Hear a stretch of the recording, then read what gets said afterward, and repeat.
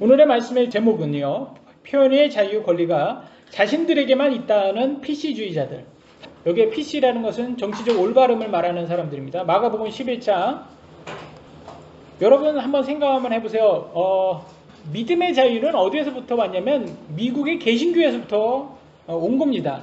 표현의 자유, 이런 권리를 다 누구나 다 가질 수 있게 만들었어요. 그런데 오늘날 헐리우드, 캐나다, 한국에 만연한 이 PC, 곧 정치적 올바름, 좌파주의자들이죠. 근데 이들이 자신들에게만 권리가 있고 중도 우파들에게는 표현의 자유가 없고 모두가 우리가 말하면 혐오 발언이라고 제안을 해버립니다. 이것이 바로 좌파 독재입니다. 기독교의 교리를 강요하지 말라면서 자신들의 적그리스도적인 교리만 강요하고 있어요. 영원한 진리는 없다고 각 사람마다 선택해야 한다고 그렇게 말했던 사람들이 왜 정치적 올바름으로 무조건 받아들여야 한다고 강요할까요? 그들이 바로 적그리스도들이기 때문입니다. 개신교는 동성애자들을 차별하여 감옥에 보내지 않습니다. 그러나 좌파들은 성경 말씀을 전하는 목사들을 혐오 발언이라며 감옥에 보냅니다. 이 캐나다에서 진짜 있었던 일입니다.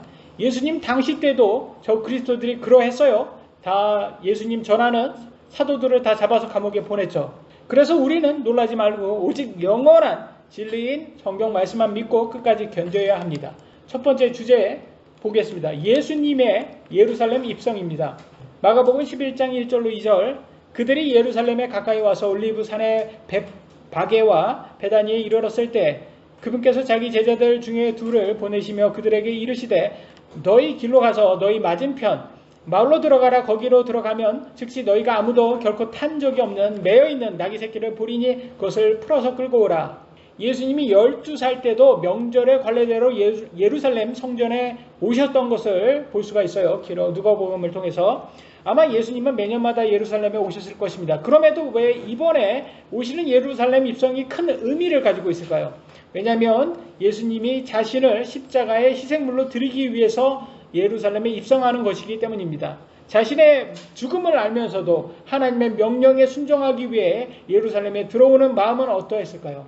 오히려 예수님은 구약의 예언을 성취하기 위해 제자 2명에게 나귀 새끼를 준비하라고 말씀하십니다. 이 말은 뭐겠습니까? 구약에 나와 있다는 거죠. 예언되어 있다는 거죠. 스가랴 9장 9절에 오 시온에 따라 크게 기뻐할지어다. 오 예루살렘에 따라 크게 외칠지어다. 보라 너의 왕이 너에게 임하시느니라. 그분은 의로우시고 구원을 소유하시며 겸손하사 나귀를 타시고 나귀 새끼 곧 어린 수나귀를 타시느니라. 겸손해서 우리 예수님은 나귀를 타고 예루살렘에 오신다고 하십니다. 이거는 예수님이 태어나기 전에 500년 전에 쓰여져 있는 예언입니다. 스가랴서가. 우리가 동화 속에 공주를 구하러 오는 백성은 왕자는 뭐를 타고 옵니까? 백마를 타고 오잖아요. 근데 우리 예수님은 초림은 초라하게 겸손하게 나귀를 타고 오세요. 그렇다고 여러분 실망하지 마세요. 예수님 백마 타고 오십니다. 언제? 재림 때. 요한계시록 19장 11절 또 내가 하늘이 열린 것을 보니 보라 흰 말이라. 흰 말 백마죠. 그 위에 타신 분은 신실하시니 참되신이라 불리더라. 누구를 얘기합니까? 바로 예수님입니다. 그분은 의로 심판하며 전쟁을 하시느니라. 여러분 요한계시록에 나오는 예수님의 재림은 우리들에게는 소망이 되지만 이 세상에는 전쟁이에요. 전쟁.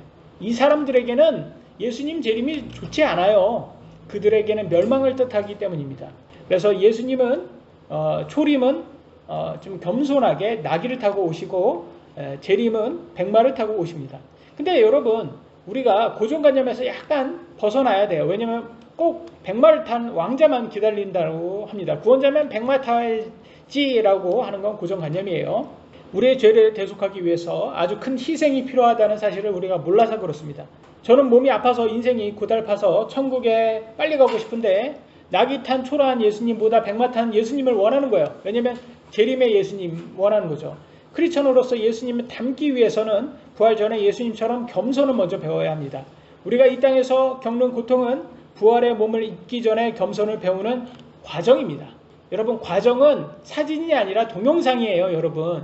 그러니까 항상 힘들어요. 쉽기도 하고 힘들기도 하고 쉽기도 하고 힘들기도 반복됩니다. 우리는 항상 좋은 것만 원하고 사진처럼 최고의 절정이 있을 때 착각 좋은 높은 아니 멋진 곳에 가서 아주 인생의 자랑 샷을 원하지만 그것은 사진이에요. 그런데 우리는 삶은 과정 동영상입니다, 여러분. 비록 이 땅의 삶은 병으로 힘들지만 예수님과 사도들은 아주 힘든 삶을 살았음을 잊지 말아야 합니다. 그럼에도 우리가 끝까지 견디면 예수님 재림하실 때 우리도 백마 타고 예수님을 따르는 그리스도의 군사가 된다고 합니다. 요한계시록 19장 14절에 이렇게 나왔어요. 하늘에 있던 군대들이 희고 깨끗한 고운 아마포 옷을 입고 흰 말을 타고 그분을 따르더라. 그리스도의 군사들도 백마를 타고 온다고 합니다. 피나는 수령과 단련 없이 멋진 군사들이 될 수 있을까요, 여러분? 비록 현재 과정은 힘들지만 끝까지 견디면 그리스도의 군사가 되는 그리고 멋진 영광을 우리가 얻을 수 있습니다. 그래서 우리는 현재 이 땅에서 나귀 새끼를 탄 예수님처럼 겸손을 배우는 과정임을 우리는 잊지 말아야 합니다. 이 땅의 삶은 지나가는 그냥 나그네 삶이에요. 3절로 6절 만일 누가 너에게 이르기를 어찌하여 이렇게 하느냐 하거든 이렇게 나귀를 갖고 가냐 주인 허락도 없이 주께서 그것을 필요로 하신다 말하라. 주인에게 그렇게 말하라고 합니다. 그리하면 그가 즉시 그것을 이리로 보내리라 하시매 그러면 주인이 준대요 나귀를. 그들이 자기들의 길로 가서 보니 그 나귀 새끼가 두 길이 만나는 곳에서 밖에 문 곁에 매어 있으므로 그들이 그것을 푸니라. 거기 서 있던 사람들 중에 어떤 이들이 그들에게 이르되 주인이겠죠. 너희가 나귀 새끼를 풀며 무슨 일을 하느냐 하매 그들이 예수님께서 명령하신 대로 그들에게 말하니 주님이 필요로 하신다 그렇게 말하니까 그들이 그것을 가게 하니라. 그 말은 뭐겠습니까? 이 나귀 새끼의 주인은 자기 나귀 새끼 사유재산이에요. 사유재산을 예수님께 기꺼이 드리는 모습을 보이는 거예요. 맞지 않습니까 이거? 아마도 하나님께서 주인에게 꿈으로 나귀 새끼를 찾는 자에게 내어주어라. 나에게 주는 거다 라고 예언을 주신 게 아닐까 싶어요. 사유재산 하나님께 드리는 것이 지금 당장은 아까울 수 있어요. 그렇지 않습니까? 그러나 이런 순종이 하늘에서 보물을 쌓는 것이고 그거로 인해서 100배로 돌아온다고 성경은 말하고 있습니다. 마가복음 10장 30절 지금 이 시대에서 집과 형제와 자매와 어머니와 자녀와 토지를 100배나 받되 이게 하나님께 드리면 핍박과 함께 받고 오는 세상에서는 영원한 생명을 받으리라. 비록 이 땅에서는 핍박도 받고 고통도 받아요. 그러나 천국에서는 영생을 약속받습니다. 우리들은 가족과 물질보다 하나님의 말씀을 더 우선순위로 두어야 합니다. 하나님은 사이비 교주처럼 우리들에게 전 재산을 바치라 요구하지 않습니다. 우리가 감당할 수 있는 부분만 요구하십니다. 하나님께 기꺼이 드려도 하나님께서 우리의 의식주를 다 해결해 주십니다. 여러분 삶 한번 돌아보세요. 여러분 예수님 믿기 전과 지금 믿은 후에 여러분 더 가난해지셨어요? 아니면 더 부유해지셨습니까? 여러분 스스로 한번 생각 한번 해보세요. 하나님께서는 다 채워주세요. 출애굽기 9장 4절 하나님께서 이스라엘 백성이 노예가 됐을 때도 사유재산을 보호해 주시는 걸 볼 수 있어요. 출애굽기 9장 4절에 또 주가 이스라엘의 가축과 이집트의 가축을 분리하니 이스라엘 자손에 속한 모든 것의 중에서는 하나도 죽지 아니하리라 하라 하시고 아니 보세요. 이 이집트의 노예였잖아요. 그때 가축이 어디 있어요? 노예가 사유재산이 어디 있어요? 근데 이때는 있었던 거예요. 이때는 이스라엘은 노예였는데 이집트의 노예로 살았을 때도 사유재산을 가지고 있었던 노예였다는 거예요. 그러니까 조선시대의 노예하고는 여러분 비교하시면 안 되는 거예요. 여러분 이 조선시대의 노예는 인류 역사상 가장 한국 사람이 가장 정이 없다. 왜냐면 가장 어떻게 보면 잔인하다라고 싶어요. 왜냐면 보통 노예는 다른 나라에서 이방인들을 데려와서 노예로 삼거든요. 근데 유일하게 조선 사람들만 같은 백성을 조선으로 노예로 삼고 그것도 국민의 백성의 50%를 노예로 삼고 그걸 착취하고 그리고 사유재산이 어디 있습니까? 노예가 노예가 그냥 주인의 사유재산으로 여겼지.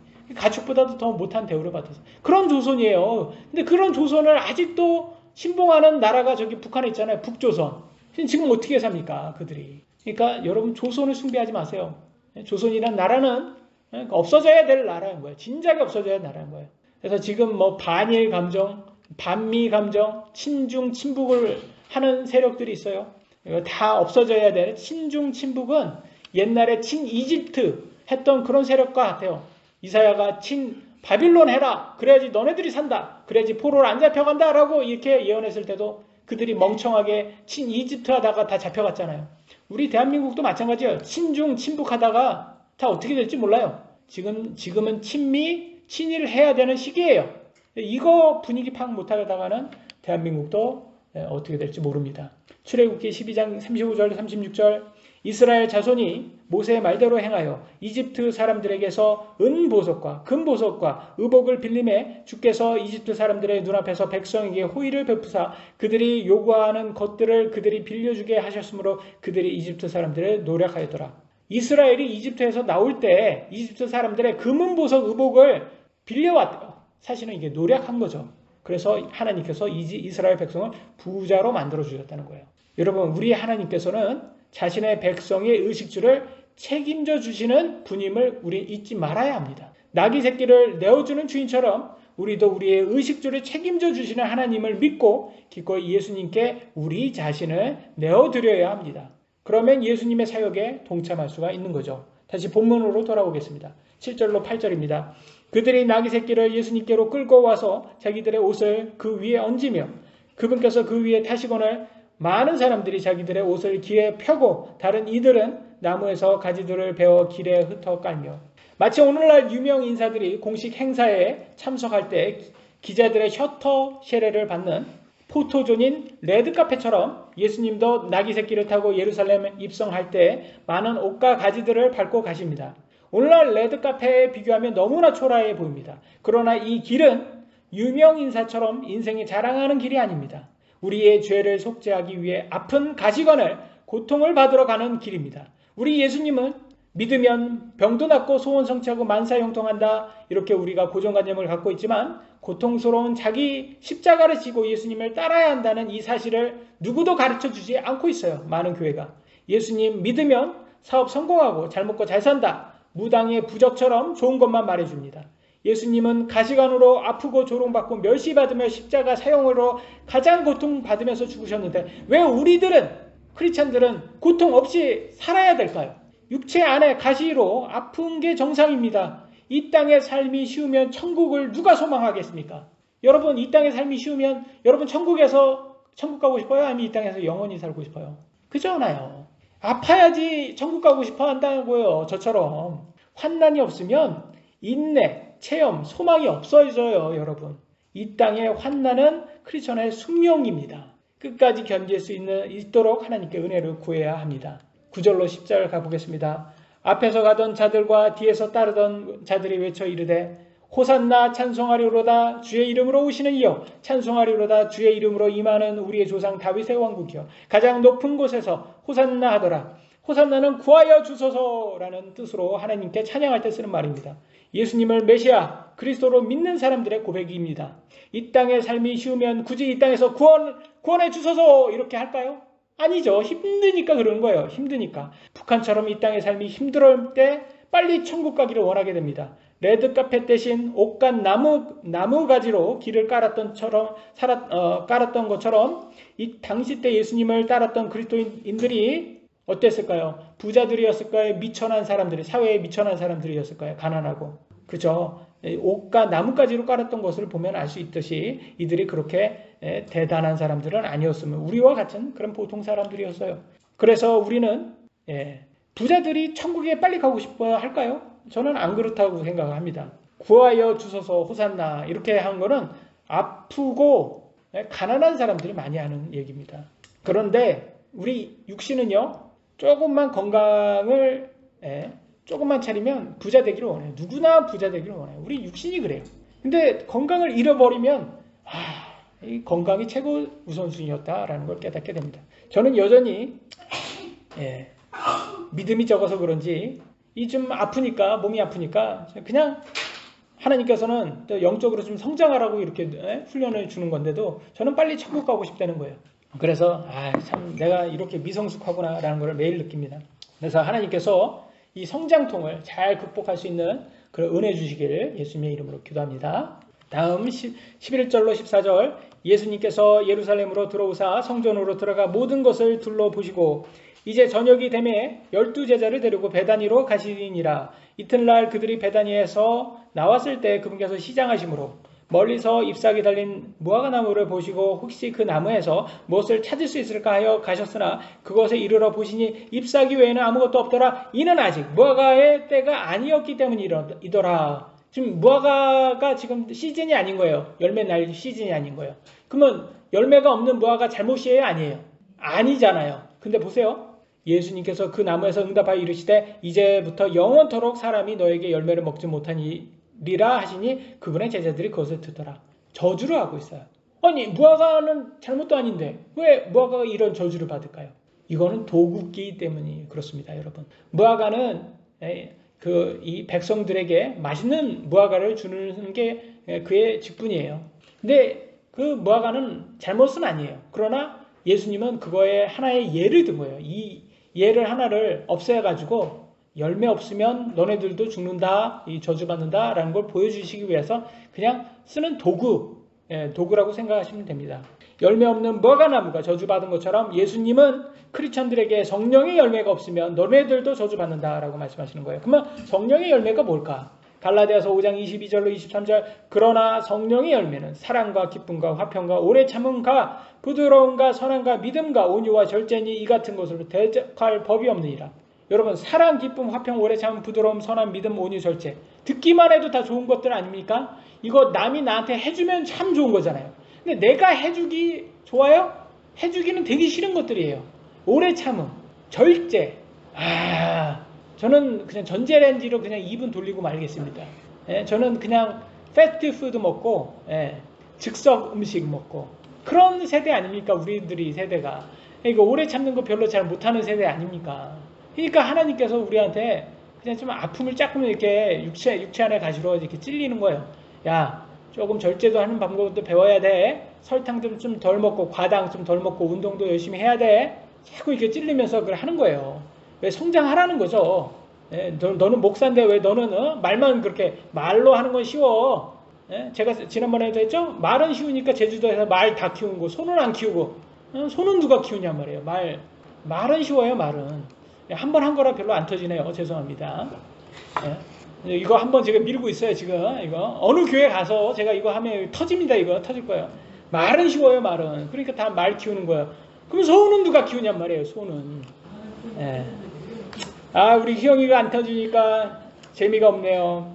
빨리 넘어가겠습니다. 여러분 성령의 감동을 받으면 우리는 아낌없이 주려고 합니다. 그렇지 않습니까? 이거는 누구를 보면 아냐면 세상 사람들에 보면 알코올에 감동을 받은 사람들은 다 지갑을 열어서 자기가 쏜다고 하더라고요. 다 알코올에 감동받아서 그런 거예요. 그러잖아요. 술 취한 사람들이 다 막 돈 주고 막 5만 원짜리 막 지폐 막 주고 막 용돈도 주고 사람들 택시비 하라고 택시비도 주고 그런 사람들 많이 보시잖아요. 왜 그래요? 알코올에 감동받아서 그래요. 마찬가지예요. 여러분 성령에 감동받으면 우리도 아낌없이 그렇게 줄 수 있어요. 그렇게 되라는 거예요. 그렇게. 근데 알코올에 감동받은 사람들이 하는 것은 인생의 자랑을 위해서 하는 거예요. 나는 이런 정도로 대단한 사람이다. 내가 제일 잘 나가. 나한테 으뜸으로 대우해. 라고 해서 주는 거예요. 그들은. 근데 성령의 열매는 섬김을 받으려고 하는 게 아니라 섬기려고 하는 거라는 거를 잊지 말으셔야 됩니다. 동기와 의도가 달라요. 두 번째 주제 보겠습니다. 예수님께서 성전을 깨끗하게 함. 15절 18절 그들이 예루살렘에 이르니라. 예수님께서 성전에 들어가사 성전 안에서 사고 파는 자들을 내쫓으시고 돈 바꾸는 자들의 탁자와 비둘기 파는 자들의 의자를 뒤집어 엎기 시작하시며 아무도 성전을 통해 기구를 나르는 것을 허락하지 아니하시고 그들에게 말씀하시며 가르치시되 기록된 바 내 집은 모든 민족들에게 기도하는 집이라 불리리라 하지 아니하였느냐. 그러나 너희가 그것을 강도의 소굴로 만들었도다 하시매 서기관들과 수제사장들이 그 말을 듣고 그렇게 어떻게 자기들이 그분을 죽일까 꾀하니 이는 모든 사람들이 그분의 교리에 깜짝 놀랐으므로 그들이 그분을 두려워하였기 때문이더라. 여기 성전 안에는 이렇게 왜냐하면 사람들이 이렇게 헌금을 내려면 구약시대 때는 헌물로 비둘기도 내고 이렇게 갖고 왔어야 되잖아요. 근데 그것을 돈도 바꿔주고 헌물 필요로 하는 사람들에게 그것도 팔고 장사를 했단 말이에요. 근데 그런 사람들한테 가서 상을 뒤집어 엎었어요. 그러니까 어떻게 보면 이거 오늘날로 말하면 장사를 방해한 거예요. 장사를 방해했으면 이거 오늘날로 말하면 불법인 거죠. 근데 이거를 허락해 준 사람들이 누구예요? 바로 서기관과 제사장들이에요. 수제사장들이 이걸 허락해 준 거예요. 이렇게 하라. 허락해 주니까 자기네들은 마음에 안 드는 거예요.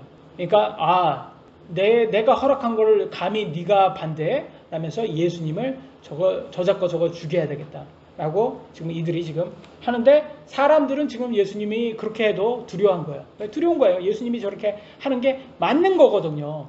맞아. 우리가 지금 이렇게 지금 장사하는 거, 지금 성전 앞에서 이렇게 장사하는 거, 하나님으로 이름으로 장사하는 거, 이거는 지금 잘못되긴 맞는 건데, 그러니까 누구도 예수님한테 함부로는 할 수가 없는 거예요. 되게 성경적인 거니까. 그래서 예수님은 바르게 하신 거다. 그래서 민심, 백성들은 예수님을 두려워합니다. 근데 수제사장과 서기관들은 없애려고 하죠. 마치 오늘날 정치인들과 같아요. 오늘날 정치인들은 민심을 보지 못하고 자기네들이 나라를 그냥 막 다 삼키려고 하고 있어요. 근데 민심이 일어나야 됩니다. 민심이. 왜냐면 민심을 두려워할 수밖에 없어요. 그들은. 민심이 일어나면 그들은 두려워합니다. 마태복음 12장 7절에는 이렇게 나왔어요. 그러나 내가 긍휼을 원하고 희생물을 원치 아니하노라 하신 말씀이 무슨 뜻인지 너희가 알았더라면 무죄한 자를 정죄하지 아니하였으리라. 그러니까 하나님이 뭘 원하는 거예요? 하나님은 희생물을 원하는 거예요? 아니면 긍휼을 원한 거예요? 긍휼을 원한 거라고 하잖아요. 그러니까 11조와 주 2회 금식보다는 이웃을 향한 긍휼이 더 좋다라는 거예요. 이웃 사랑을 해라 이거예요. 물론 헌물 드리는 그것도 순종입니다. 맞아요. 그걸 나쁜 게 아니에요. 근데 그것도 하지만 판단의 공의도 해야 된다는 거예요. 판단의 공의는 가난한 사람 도와주는 거예요. 그래서 성경에 나왔어요. 누가복음 11장 42절 빨간 부분만 읽겠습니다. 11조는 들이대 판단의 공의와 하나님을 향한 사랑은 넘어가는도다. 그건 너네들이 하지 않았다. 너희가 마땅히 이것들도 행하였어야 하거니와. 그러면 11조 하는 건 맞아. 그건 맞아. 그건 틀린 거 아니야. 다른 것도 행하여야 하지 않은 채 내버려 두지 말아야 하느니라. 근데 판단의 공의는 어떨 건데? 너네 긍휼은 어떨 건데? 긍휼. 여러분, 판단의 공의는 가난한 사람들을 착취하지 말고 도와주라는 뜻이에요.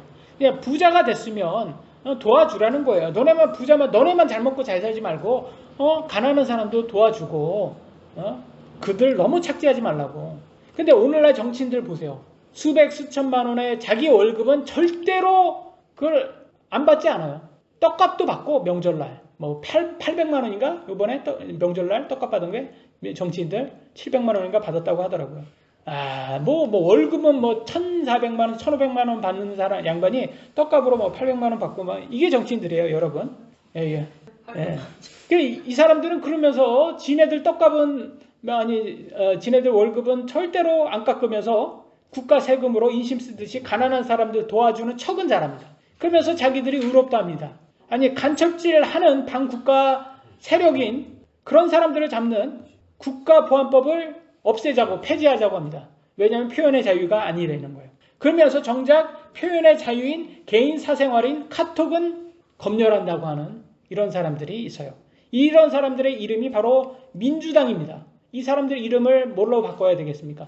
인민공화당으로 바꿔야지 되는 게 맞지 않겠습니까? 이 중국으로 바꾸려고 해요, 지금. 지금 미국의 민주당도 문제가 많아요. 미국의 민주당이 미국의 캘리포니아를 장악했어요. 그러니까 세금으로 대기업들을 다 쫓았어요. 세금 많이 부하니까 대기업들이 다 도망가잖아요. 어디로? 텍사스로 다 도망갔습니다. 그러니까 현재 캘리포니아는 세금을 못 걷잖아요. 대기업들한테. 세금은 못 걷고. 그러니까 세금이 지금 다 하고. 그러면 다 가난해지잖아요. 뭐냐면 직장도 다 잃고. 그러면 사람들이 어떻게 돼요? 길거리에 나앉아요. 그래서 뭐예요? 홈리스들이 돼가지고 걔네들이 할 수 있는 게 뭐예요? 마약밖에 하는 게 없어요. 그러니까 캘리포니아는 지금 마약하는 홈리스로 가득해졌어요. 지금 가난해졌어요. 지금. 그러니까 캘리포니아는 다 누가 이렇게 만들었어요? 지네들도 부자면서 무조건 부자는 악하다고 말하는 이 정치인들, 이 민주당 정치인들이 다 망친 거 아닙니까?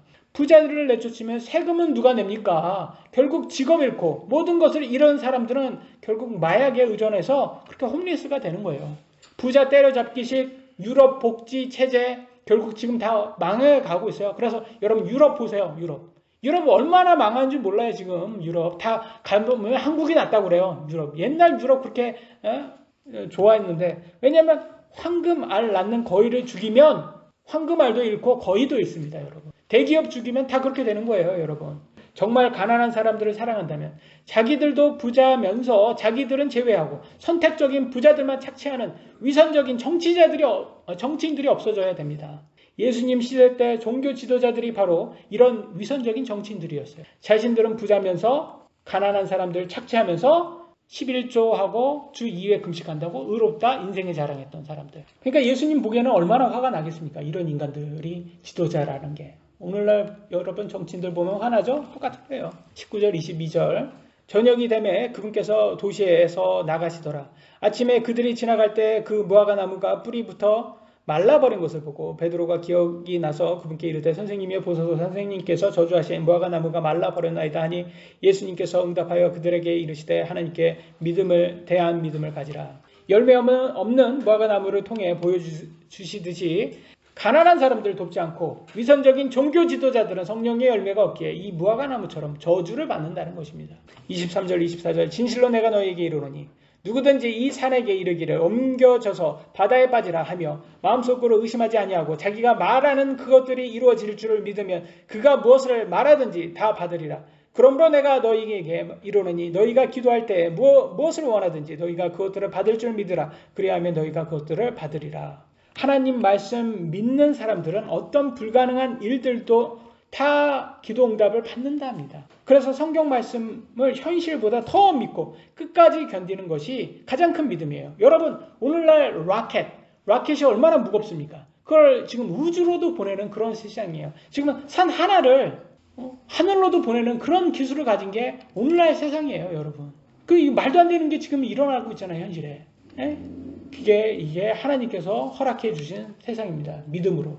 이게 라켓 같은 것들 이거 공산주의에서 만들어졌습니까? 아니잖아요. 지금 미국에서 만들잖아요. 미국에서 스페이스 X 같은 것들에서. 근데 갔다가 다시 돌아오기까지 해요. 그래서 그런 기술이 바로 자유가 없으면 종교의 자유가 없으면 표현의 자유가 없으면 만들어지지가 않아요. 그런 자유. 믿음이 있는 곳이어야지 만들어집니다. 마지막 주제입니다. 용서와 기도. 11장 마가복음 11장 25절로 26절 너희가 서서 기도할 때 누구를 대적하는 것이 너희에게 있거든 용서하라. 그리하여야 하늘에 계신 너희 아버지께서도 너희에게 너희를 범법으로 용서하리라. 그러나 너희가 많이 용서하지 아니하면 하늘에 계신 너희 아버지께서도 너희의 범법을 용서하지 아니하시리라 하니라. 좌파 민주당, 공산당, 페미니즘, 동성애자들의 모든 공통점이 뭐라고 생각하십니까? 너희들은 피해자들이야. 혐오에, 증오에 선동합니다. 얘네들이. 이들에게서는 용서가 없어요. 혐오와 증오만 부추깁니다. 그래서 제가 정치 뉴스를 안 봐요. 정치 뉴스를 안 보면 평안해져요. 결국 뉴스들은 사람들을 증오하게 만들어서 이득을 취하는 집단이에요. 진리는 없고 오직 조회수만이 나오는 자극적인 뉴스만 만듭니다. 그래서 저는 언론들이 국민을 서로 이간질시키는 사탄의 자식들이라고 생각합니다. 어차피 우리는 천국의 자녀들이니 이 세상의 뉴스에 너무 집착하지 말고 용서와 기도로 서로 우리와 달라도 존중해야 합니다. 그래야 우리에게 화평이 있어요. 27절 29절입니다. 그들이 다시 예루살렘에 오니라. 그분께서 성전에서 거니실 때 수제사장들과 서기관들과 장로들이 그분께 나와 그분께 이르되 너가 무슨 권위로 이런 일들을 행하느냐. 이 말을 모르겠어요. 우리는 권위 있고 너는 권위 없다. 이 말이에요. 이게 얼마나 내로남불입니까? 또 누가 이런 일들을 행할 권리를 너에게 주었느냐 하고는 예수님께서 그들에게 대답하여 이르시되 그러면 나도 너에게 질문 하나 하리라. 내가 대답하라. 그러면 나도 무슨 권위를 내가 너에게 일들을 행하는지 너에게 말하리라. 예수님께서 아주 우문현답을 합니다. 여기에서 보면 종교 지도자들에게는 지네들은 권위가 있대요. 근데 예수님한테는 권위가 없대요. 마치 자기들에게는 표현의 자유가 있고 다른 편은 말을 하면 혐오 발언이라고 표현의 자유를 없애라는 이 PC 독재 집단하고 똑같은 거예요. 지금 이게. 그래서 예수님이 얼마나 우문현답을 하는지 보겠습니다. 30절로 33절에 이 백성들, 민심들이 침례 요한을 믿으니까 그걸 잘 이용을 하시는 거예요. 요한의 침례가 하늘로부터 왔느냐 사람들에게서 났느냐. 이건 지금 민심이 지금 침례 요한을 믿으니까 이걸 쓰십니다. 내가 대답하라 하심에 내게 대답하라 하심에 그들이 서로 따져보며 이르되 만일 우리가 하늘로부터 왔다 하면 그가 그런데 어찌하여 너희가 그를 믿지 아니하느냐 할 것이요 만일 우리가 사람들에게 났다 하면 또 어찌 되리요 하니라. 모든 사람이 요한을 참 대언자로 여김으로 그들이 백성을 두려워하더라. 그러니까 지금 백성들은 침례 요한을 믿고 있는 거예요. 그러니까 지금 침례 요한이 누구를 메시아라고 했어요? 예수님을 메시아라고 했잖아요. 그러니까 예수님이 지금 맞다라는 거를 얘기하는 거예요. 그러면 백성들의 민심을 따르면 지네들이 틀렸다는 거를 증명하는 거고 그러니까 그건 말을 못하는 거예요. 그러면 틀렸다고 말하면 너 침례 요한을 믿지 않으면 지금 백성의 민심이 두려운 거예요. 그러니까 말을 하지 않습니다. 그들이 예수님께 대답하여 이르되 우리가 말할 수 없노라 하니 예수님께서 대답하여 그들에게 이르시되 나도 무슨 권위로 내가 이런 일들을 행하는지 너희에게 말하지 아니하노라 하시니라. 왜 예수님 말하지 않을까요? 이거 다 하나님한테 와서 왜 말하지 않을까요? 왜냐면 말해봤자 이거 사탄의 자식들한테 말해봤자 소용없기 때문에 그냥 예수님은 그냥 피해버립니다. 좌파 정치인들, 국민들이 그들을 지지하지 않으면 그들은 독재하지 못해요, 여러분. 그래서 국민들이 깨어나야 합니다. 정치적 올바름이라면서 오직 자신들의 말만 맞고 그 외의 말은 모두 혐오 발언이라는 그런 독재 세력이 바로 그들이에요. 저 그리스도들은 자기들에게는 권위가 있고 예수님에게는 권위가 없다 말합니다. 이게 바로 독재입니다. 표현의 자유는 모두에게 표현의 자유를 허락해야 합니다. 그래서 개신교 국가들만 종교의 자유가 표현의 자유가 있는 거고 중국하고 북한 보세요. 검열하잖아요. 공산주의 국가들은 표현의 자유가 누구에게만 있어요? 공산당에게만 있어요. 여러분, 국민들은 없어야 합니다. 국민들이 깨어나지 못하면 세상은 더욱더 국민들의 사생활까지 검열하는 중국처럼 공산화될 것입니다. 그래서 우리는 너무 걱정할 필요가 없어요. 왜냐하면 7년의 환난 전에는 예수님께서 예수님 재림할 때는 이런 식으로 적그리스도가 세상을 지배할 거라고 얘기하셨습니다. 그러니까 우리가 찬양해야 될 거는 호산나입니다. 호산나. 뭐죠? 예수님 구하여 주소서라고 찬양하면 되는 거예요. 왜냐하면 여러분 적그리스도가 이 세상을 심판하면 이 세상을 컨트롤하면 그 말은 예수님의 재림도 가깝다라는 뜻이에요. 그러니까 우리들에게는 소망의 날인 거예요. 오늘 여기까지 하도록 하겠습니다. 기도하시겠습니다.